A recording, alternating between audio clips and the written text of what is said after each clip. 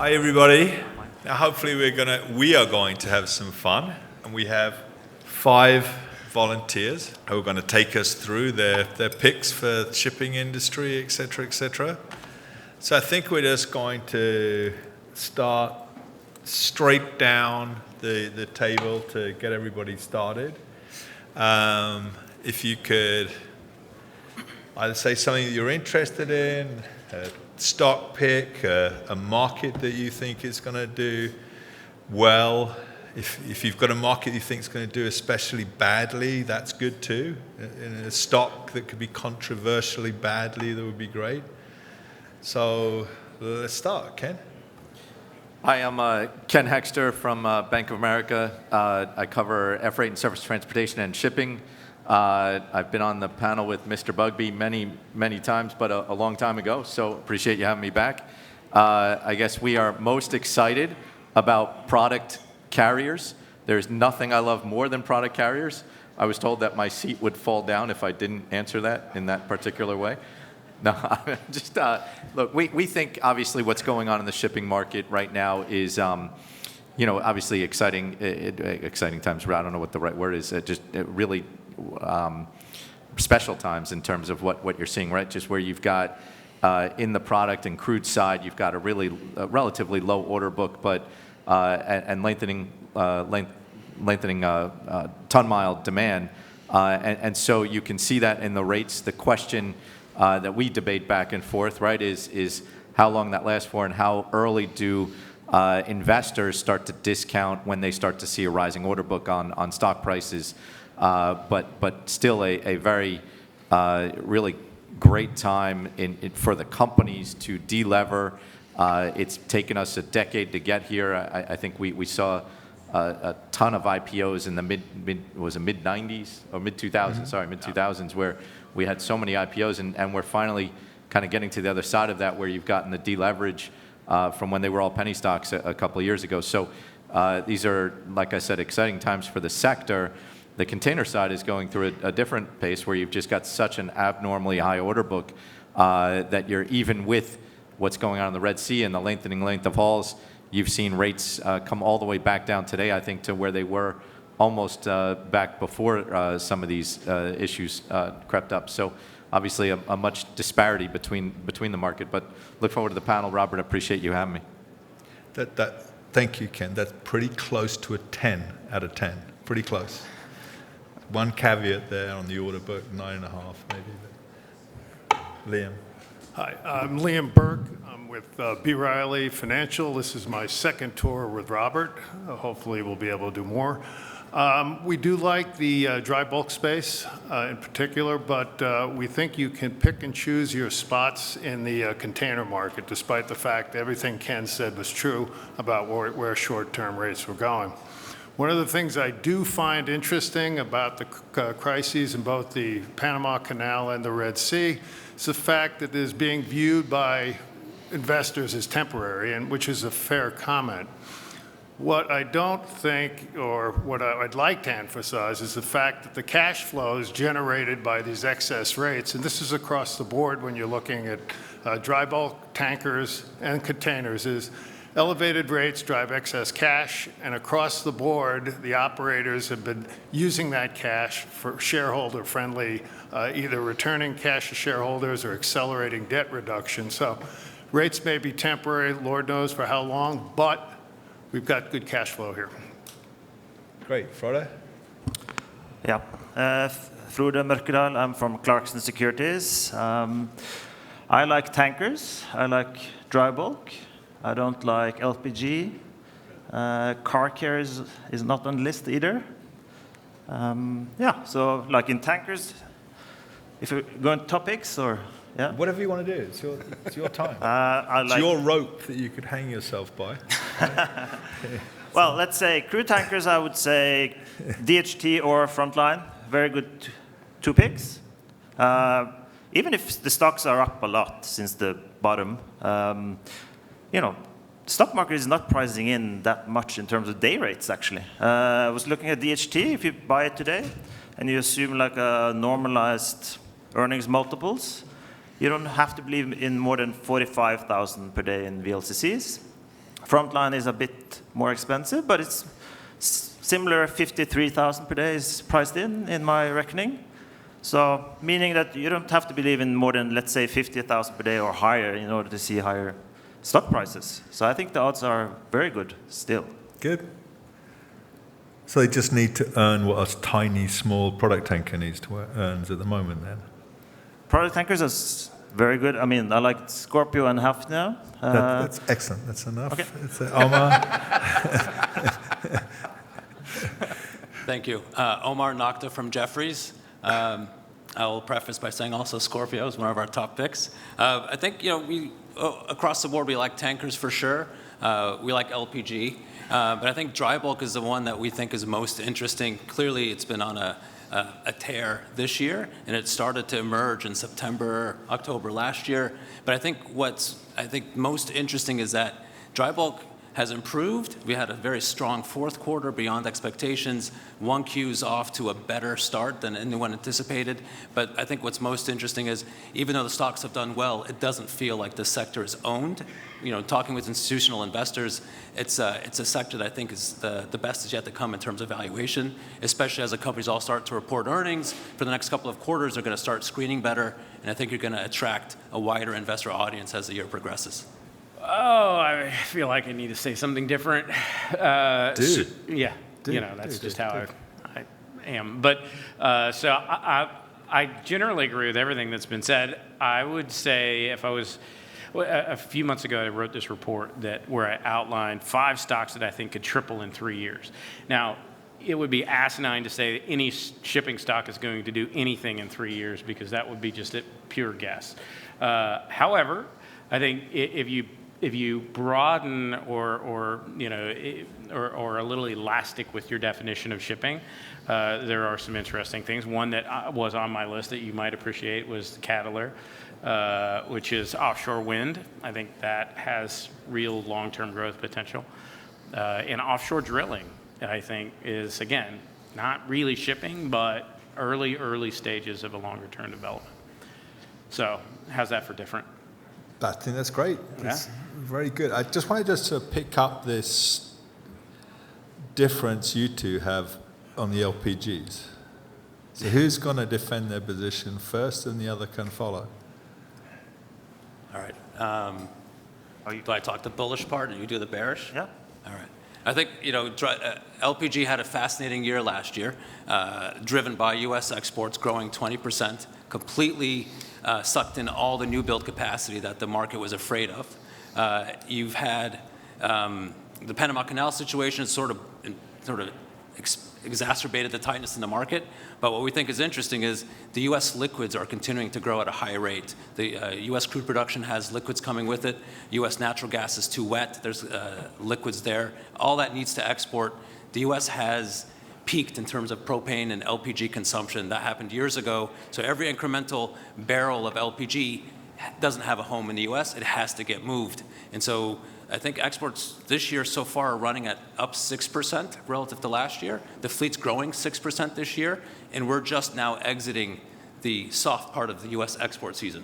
So I think the order book is fairly tight for the next 3 years relative to what we had last year, and growth in volumes is going to continue.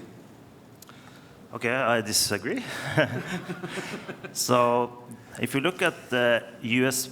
propane exports, at least the EIA are predicting a slowdown, just 2 million tons next year. And the whole NGL space is, slowing down, right? And the primary source of LPG is actually natural gas processing, and the natural gas prices are way down. So there's less exports, at least if you just believe the US government. At the same time, you have the order book, which is coming, and you had the Panama Canal, which has been very supportive. And next year, most likely the Panama Canal is back to normal. And then rates are going lower, for sure, I think. For sure, you think? Very brave. Frode is being extraordinarily brave, considering his CEO, Andy Case, has been right at the forefront of a lot of LPG new building orders, right? So that's a brave call. Well, Well, I'm talking about the stocks. So when the rates are going down, I think the stock market is That's pricing good. it No, out no. lower. So, That shows the Chinese wolves in Clarksons, right? It's excellent. sure. Liam, dry cargo. You mentioned dry cargo. Are we ready? There's been some starts and stops over the last sort On the of dry bulk, 18 months, yeah. they have, as Omar pointed out, and I agree with him, that the stocks have performed pretty well. Two we like in the space are Genco, which goes across the board on minor and majors. But a good way, we think, if you really believe in the space, despite the China overhang, wherever expectations ebb and flow, has been Synergy, where you get a Cape-size pure play, and if you like the space, you get the full leverage of that by having a Cape-size concentration. Ken, have you? There's a question I want to ask you or anybody. If we look at the stocks, it looks as if the crude oil stocks are performing much better than stocks, than let's say the product stocks are. Is the hope justified in crude, and is the fear justified in products? That's I mean- interesting. It definitely feels that the crude, it feels like the can keeps getting kicked down the road, at least for VLCCs. But you can always make the bullish case because production outside of OPEC is growing significantly, especially this year in the Atlantic Basin. But what seems to be happening is OPEC keeps cutting production ahead of that. And so VLCCs continue to get stunted. And eventually they'll be in higher demand. But it does feel that the VLCCs are in a holding pattern. But the midsize does very well. I think it also has to do with maybe what's available for investors, right? In terms of, I think, the liquidity aspect of where they're focused. When they think of shipping, do they naturally just think of crude and the capability to invest? There's still, even all these years later, I think still an education in terms of the dichotomy within the market. Maybe not in this room, but when we go out and talk to investors, who's paying attention still to shipping, given what's happened over the past decade? And then are they even taking the time to understand the difference then between the carriers, what their specialties are, who's got contracts, who's operating in spot, who's got liquidity, or who's got debt, or is it just what names do they know, what names that are liquid enough to invest in? And that becomes, I think, a barometer of where they're So where here, they're the front lines and the NATs have got sort of a boost from how well they did in the past. Is that? Well, NAT, when you cut dividends like that, that might be a constraint on your ability to get future investors. But I think that's a fair, well, front line then, definitely. front line, yourself as in terms of cap. There's some names that are out there that are just in the discussion when you're talking about liquid crude product, and then when you start getting down to the dry that you're talking about, there's one or two names that institutional investors will have the discussion with. It's harder to get down to the smaller, less liquid names.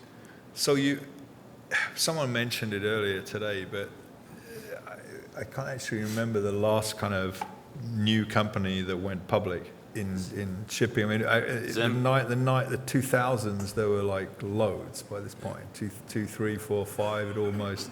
It happens all the time in Oslo, though. In Oslo. Yeah, but I thought Oslo was coming over here now, right? We'll see. There was a period, look, I mean, when you think about it, again, institutional investors and the amount of, with that 42 IPOs, I think in a 2-year period, self-dealings, paying each other, paying themselves in terms of each vessel that was built, there was self-payment. I think those things constrained, and the speed with which the market changed from a bullish market to a very bearish market. And then you went into very heavy debt loads that it took time for the ships to get delivered.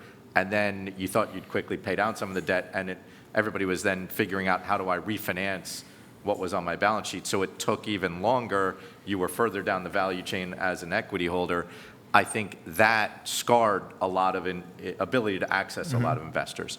I think the speed with which now they've recovered, I think Ted on our last panel was talking about how you had 10 years of nothing in containers and then 2 years of a bull market that took what could have been 20 years of profits. when you change the dynamics, it's going to take investors some time to understand, have you gotten rid of that self-dealing that was going on at, the decade ago? You've gotten new managements, or they've merged and consolidated. I think that has changed the tenor to where the upper echelon now have become more investables for those investors, and it starts to take time to win those investors back. But you certainly have hedge funds and that are more active and willing to look at the group. It's going to take the education process to get the larger institutional investors to recognize that it's changed and we're at that more steady state of cash flow earnings than you had been. So now we've got some market caps in some of these names. Do we think we're going to see more M&A activity or more new issues? Or are we going to see both? It would be great if there were new issues for all of us. That's not. That makes sense. Yeah. So, but I think the reality of it is, it gets back to what Ken was saying earlier. If you look at the names that have the most liquidity, largely they're the largest, and also they tend to be the ones that are trading closest to their net asset value. Anything that is sub, $1 billion, tends to have a very heavy discount against it with respect to its valuation, because again, in a highly cyclical business where generally the people that are looking at it are looking to make a trade and not a long-term investment, they need to be able to get in and out. And it's not easy to do a $3 or $4 billion IPO in shipping. In theory, there's some family offices or businesses that could do it, but there's just not many. So your candidates, if you want to come public, are going to have to be willing to accept a really draconian value. It's a tough ask. Okay. I think we talked about this in the last panel 6 months ago at Capital Link, where in my early days as an analyst in the mid-2000s, the NAV was always this, what we would say was a support level for the stocks. And so when I would have a conversation with an investor that asked me what's the downside, I'd say, well, the NAV is X, so at least we know that it can bottom there. Now NAV seems to continuously be this target, or you're at 1 times. Your best valued companies tend to be at 1x. And I think part of that is simply because you don't have a demand story in shipping. It's all supply, which is great. The supply side is extremely tight and promising. But back 20 years ago, it was all about demand and emerging markets and China and all that. We're missing that. And until we have a really compelling demand story, I think it's going to be hard for the valuations to suggest there's a lot of new issues coming. Also think on the M&A side, Robert, you have to have a willing seller. And with rates so high, these smaller cap companies are looking to higher rates, to higher cash flow to be able to add to the fleet. Now, asset values are obviously elevated, and they can buy 1 or 2 at a time. They can't get massively bigger, but I think they can make a case that they can pursue a strategy to get larger without having to be boosted by a larger company to come in to supplement their fleet. So the M&A side makes sense for all the reasons we talked about on getting bigger, but again, you have to have willing sellers who are convinced they can get bigger on their own. All right, great. So also, given the volatility in the market that you've lived through, right? It's what do investors want to live through as long-term investors versus traders, and then the liquidity comes into play. And I think that's really important. When on the last panel we heard from the container shipping story used to be multiples of GDP growth, to Omar's point. Now it's global GDP growth. So you've had that downsize in there. So investors, I think you've seen more and more private equity carriers come in and buy up assets in the sector. We saw, a couple container ship lessors go private because that's where, they're willing to take that volatility with the large cash flow rewards that come over a consolidated period of time. But you have to be able to live through that other period, and it becomes harder to finance those vehicles in some of those down periods but private equity may be able to handle some more of those. So I think that's why you've had that constraint of, is it right for the public markets or is it right for staying private? And that tussle continues, I think, to this day. Okay, so this actually has come from somebody in the audience. I think it's a good question, and I'm going to add my own twist on it. Excluding Scorpio, okay, so really you're getting this for free, okay? Pick a company or a market that you have conviction on, either down or up, and tell us what you think is most misunderstood or what people are missing. Well, I'll go with Cadeler. You guys have an investment in that, right? I think, again, it's offshore wind. It's a little bit different, but they are ships. I was on one 2 weeks ago in Amsterdam. I think the challenge, I think, for the public markets at the moment is it's been nothing, especially in the U.S., it's been nothing but negative headlines. But the reality is there are pockets of assets that are just doing better every single week. And as you extrapolate those cash flows out a few years, in their case, they have 4 vessels in the water, and they will have 11 in 3 years' time. Their EBITDA is going to more than triple, and a lot of that's already contracted. But at the moment, it's hard to get past, all of the whatever projects that have been canceled or have cost overruns or whatever. I think that is a misstep, though. I think there's a lot more upside in that sector. It's great. An We'll just go overlooked down sector we have, do you want to? No, go, it's fine. An overlooked sector that we like, mentioned earlier on the offshore production, is the OSV market. Small. The supply side is very favorable. The demand side is quantifiable with the amount of projects that are out there, and it's a tiny overlooked sector that we do have conviction in. One thing I think the investors have misunderstood is the cycle.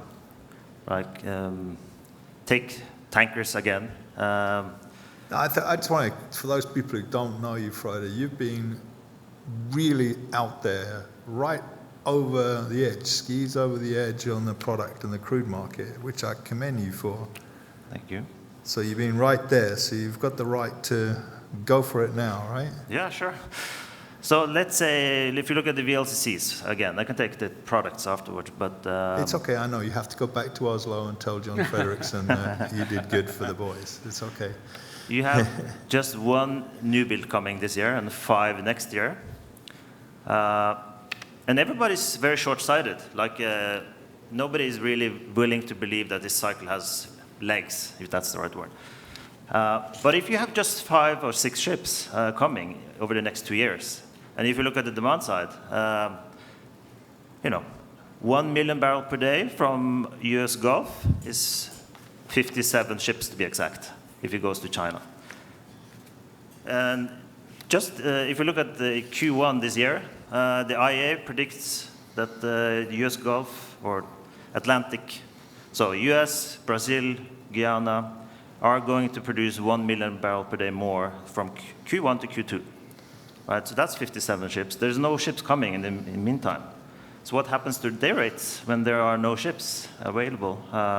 You have to speed up, right? And then you have the same regulations that are basically mandating speeds to stay low, right? So effectively, rates have to go much, much higher than people can imagine to actually induce people to speed up, to increase supply of ships. So I think rates are going to be much, much higher than people actually dare to believe. And again, as I said, initially it's like 50,000 per day is priced in. So the risk reward is quite good, I think. Omar, did you go? Omar can? Sure, I'll mention misunderstood stock, perhaps, is ZIM. The stock was, we were talking about containers in your first comments. The market was dead on its back in December. ZIM was a $6 stock facing a cash crunch, even though it has on the balance sheet $22 a share of cash on a $6 stock. There was concern that they were going to eat through all that cash over the next couple of years. They've gotten this substantial spike in freight rates, but when we look at the stock price now, it's gone from 6 to 11, so it's up 5, meaningful return. However, the $5 that has gone up is basically the earnings swing from mid-December until today. There's no one's willing to put a premium or even visibility out to the strength in container rates lasting beyond today. And so if rates are stronger tomorrow, that's good news for them, or if they hold up. But the market, I think what's misunderstood is freight rates were at basically below cash cost for a liner. They skyrocketed on a short squeeze. They've since started to ease, and it seems like most everybody expects that that's it. This is that the trend's just going to continue to go down with no volatility. And I think that's where there's potential for surprise, that you just get one update in the SCFI, and it reminds people, wait a second, this market really is much tighter than we think it is. And ZIM, with its spot exposure, is really the best way to play that. I'll stick with the industry like Frode talked about in terms of the tanker side as the leading side. I think that's where you get a lot of disbelief that there's sustainability in what's going on with rates, and I think that flow through will really carry through to some of the carriers. And then I'd throw at you the more domestic, but the tank barge industry in the U.S. Is another good one. Smaller, but Yeah, good play. that's okay, that's good. All right, we've got like 13 minutes, so questions from the audience. One of these guys must have lost you money, right, over the last 3 years, and you can go for a critique or someone's trying. Yes. So the question here is, what is the influence of the dark fleet that is off trading to Russia on prices, or the general influence on it? Someone like to take that one? Been incredibly beneficial to pricing, and you've got a fleet that's getting older that is kind of removed from different trading, and you've got different trade lanes that are increasing length of haul. It's just been, it's kind of sustaining the pricing story that we're seeing in the marketplace. So then Nicholas asked, what's the analysts panel's take on various capital allocation policies and dividend policies, etc.? One of the things that has stood out is the variable dividend program that some of the operators have gone through, where if you change the price of your dividend or it varied from time to time, people would say you're cutting the dividend, we have no way to predict it. Now we're seeing more and more often a baseline dividend or a dividend level, and then investors accepting the fact that based on the seasonality or cyclicality of the particular business, that a lower or higher dividend would be in a normal course and not punishing the stock. So in terms of dividends specifically, I think that's a change, and it'll continue to help the operators to allocate their returning cash to shareholders in a measured manner. We can use International Seaways as an example. That's one of the examples that would do it. I think most investors need a higher dividend just to, back to the shipping cycle. Nobody dares to believe in this to last, so they actually, need a high cash return to de-risk their investments. So that's the way it is today, basically. It does, geography matters very much in that conversation. It doesn't surprise me at all that someone in Norway says that investors need a high dividend, because that's the mentality, in my experience, of Norwegian investors. I don't know that that's necessarily a mandate as much for U.S. investors. I think, in fact, unquestionably, buybacks are more tax efficient than our dividends. Investors can choose as to when they want to take, or to be taxed on those investments. So I think if you're in Oslo, you better have a dividend program. If you're not, well, maybe you could do buybacks, or maybe you could reserve a whole lot of cash, because at some point, and nobody wants to talk about this now, but at some point, we're going to go off a cliff somewhere. I forgot who told me that over there. But you're going to go off a cliff, and when you do, you want to have a lot of money to buy all of the distressed assets that you can cobble together at the right time. We've already lived through the full payout model, and it doesn't work in shipping. just given the volatility of rates, given the volatility, the need to use that capital for other reasons, whether it's refreshing the fleet over time or whatever, the full payout model is the end of the company in terms of you're overcommitting capital at typically a peak rate when you need that capital at different points in the cycle. So it's good to have a steady basis that you're paying a dividend. Investors can invest in it, but I think they're basically, whether it's a special dividend or they're trusting you to figure out the time to reinvest that capital. I think that's what they're looking for. That's why you get the questions on every conference call. Every conference call. What's your Every dividend policy? conference. When are you going to pay out? Are you going to pay out a special dividend? Are you going to buy back stock? I will say, though, that Torolov told his new model, and it kind of makes sense to me, is you go buy assets at the right time, and you never add to that asset base. You treat it like a depleting annuity. So you go buy them, and hopefully you do it at the right time. You pay out everything that comes in, and you sell them at the end, and rinse and repeat with a completely different company. And that's a way to avoid trying to deploy capital at the wrong time. Good. Well, we're going to watch in interest then as these Norwegian companies come to the US stock exchange shortly, right? Sure. Let's see. Anybody else have a question, please? Well, the order book isn't delivered yet, so the fleet growth is just 1% as we speak. It will be 10, 11, 12% like next year. So it's somewhat ahead of us. At the same time, you had the car manufacturing also slowing down.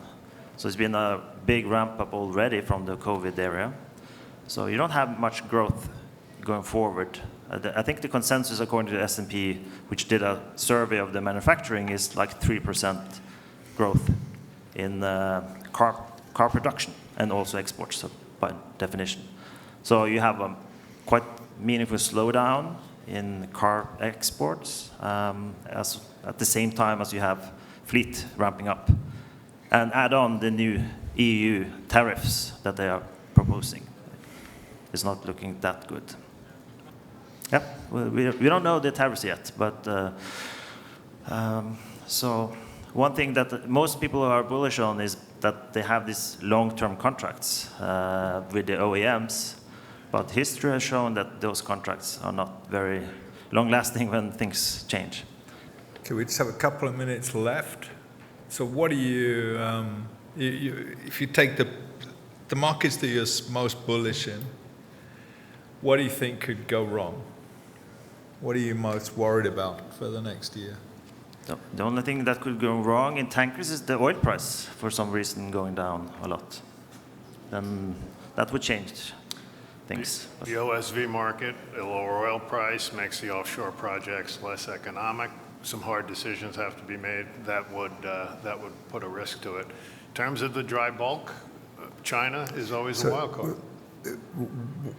Why would the if lower oil prices because suddenly OPEC fall apart? Why would the crude oil tankers go down? No, that would be good, of course, if you have that scenario. But if oil prices go down for demand reasons, that would be bad. Okay. Then they need to cut. But like in dry bulk, as you mentioned, I don't think the China risk is that important anymore. It used to be very important that China grew a lot, right? Because you had a very strong fleet growth. Fleet growth is now essentially very low levels. So you don't have, it's not that big a risk anymore. I agree with you on the supply side, but I think China is still a major influence on the amount of volume that the dry bulkers ship, both on the major and the minor side. It is something that's going to be a pervasive risk. Sure, if it's, but yeah. I guess this year you have seen Capesize rates being very strong. It's not really, global iron ore volumes are actually flat, but you've seen a shaping of the trade. Brazil has ramped up, Australia is down, so they cancel each other, but you had average miles increased tremendously. So nothing has changed really on the demand side in China in terms of steel, etc. But still the market is up. I think there's a host of things that could come that would be detrimental, right? You could have peace in not that that's detrimental, that would be a great thing, but peace in Russia and Ukraine, and in Israel and Gaza, and you could have shipping return to regular trade lanes, and so that shortens some length of hauls instead of lengthening length of hauls. So you're artificially adding capacity in terms of what's out there. You could have demand. Expectations are for a pretty big second half ramp back in demand. You could have demand not materialize, and that's the whole debate about whether the Fed's going to cut rates as we move through the year, or is it going to stay high? So you've got inflation concerns or not. You've got a lot of elections going on around the world. I think there's a abnormally high number of elections, right? So just different policies that could change that demand tact. But that's really, if we're talking about a supply-demand market, anything that shakes that demand side, the supply side, I think we've established is pretty set in terms of what's coming. So the demand side obviously is the biggest risk factor. Good. Omar? I would say, Ben. I think, sorry. No, go ahead. I think Ken, it was a good point, obviously, on Russia, Ukraine. That's been hugely supportive. But I think also, kind of what Frode was talking about, if we have an oil demand crunch and that impacts refining, the refining market, that's been a huge boon for tankers in general. Refineries globally are running at a very high utilization, and that's creating a lot of crude inputs, product exports, and also LPG volumes. And so I think a big risk is if refineries can't pass on crude prices, that becomes a problem. I'll add on to what Ken was saying. I think we're in very much of a populist environment where you get extreme characters that show up in locations that have the ability to do extreme things, and that is hard to predict. And for example, what if things were to really heat up between China and Taiwan? I mean, that would be, I think it would be pretty devastating to almost every aspect of shipping. And hopefully it doesn't happen, but that's the definition of a black swan is these things that are hard to predict, but sometimes they do. So that's sort of, again, I don't know whether that keeps you up at night because there's nothing you can do about it, but probably is a good idea to not have too much debt on your balance sheet. Mm-hmm. Well, guys, thank you very, very much. I'd just like to, Frode, I'd like to thank you especially for coming over from Norway. And also, I think that was very brave of you to risk your health by actually contemplating that the crude market could be weak, even thinking that, right? So everybody, thank you so much. It's been great. Thanks.